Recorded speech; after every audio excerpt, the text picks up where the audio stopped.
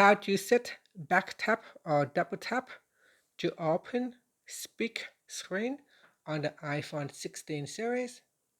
First, let's return back to the home screen by swiping up at the bottom of the screen.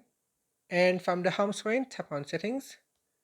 Now in the Settings page, we scroll down and then tap on Accessibility. After that, we scroll down. In here, tap on Touch. Then scroll down to the bottom and tap on Back Tap. Next, you could choose to use double tap or triple tap. I'm going to use double tap. Now we go down to the accessibility section and then tap on speak screen. So tap on speak screen to select this feature, and when you double tap at the back, that will launch speak screen or turn it on.